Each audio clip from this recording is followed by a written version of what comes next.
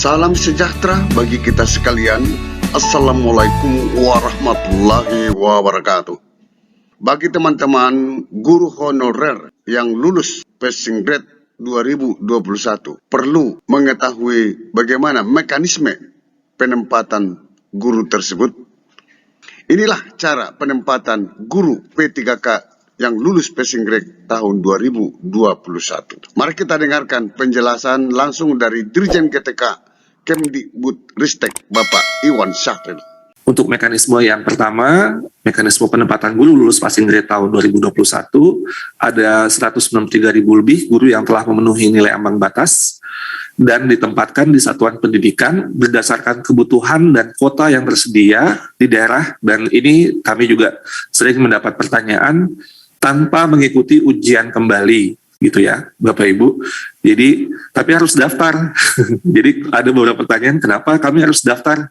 Karena kita harus verifikasi juga apakah Bapak Ibu masih, pertama masih berminat, terus yang kedua juga, mungkin mohon maaf, ada yang mungkin sudah meninggal dunia dan sebagainya. Jadi kita perlu memastikan bahwa proses pendaftaran ini dilakukan, tapi tidak mengikuti ujian kembali. Jadi tidak ada tes untuk itu, tapi proses pendaftaran harus dilakukan.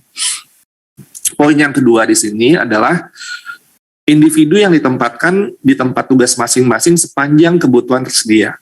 Apabila tidak terdapat kebutuhan di tempat tugasnya, maka akan ditempatkan pada satuan pendidikan yang membutuhkan. Apa artinya nih Bapak Ibu? Kita semaksimal mungkin berdasarkan tentunya formasi yang tersedia dan kebutuhan dari masing-masing satuan pendidikan atau sekolah di mana Bapak Ibu berada, kita ingin Bapak Ibu tidak keluar dari tempat tugasnya. Namun, jika tidak terdapat kebutuhan di tempat tugasnya, maka satuan pendidik kita akan tempatkan di satuan pendidikan yang membutuhkan di pemerintah daerahnya. Jadi ini gampangnya, misalnya itu ada sekolah, saya lupa tuh ada yang jumlah gurunya saya lupa ya, mungkin guru olahraga kalau saya nggak salah itu kayak 10 orang gitu ya, kayak nggak mungkin satu sekolahnya SMP guru olahraganya sebanyak itu. Jadi artinya kebutuhannya tidak akan langsung bisa di sekolah itu, tapi kita akan lakukan analisis untuk tetap mendapatkan ditempatkan di satuan pendidikan yang membutuhkan. Bagaimana cara melakukannya? Prioritasasi adalah nomor 3. Prioritas penempatan dilakukan berdasarkan urutan kategori pelamar. Yang kita utamakan, seperti tadi yang sudah disampaikan Pak Deputi, adalah THK 2. Jadi THK 2 dulu kita selesaikan, yang lulus passing grade yang THK 2, baru kemudian guru honorer negeri, baru kemudian lulusan PPG, baru kemudian honorer swasta.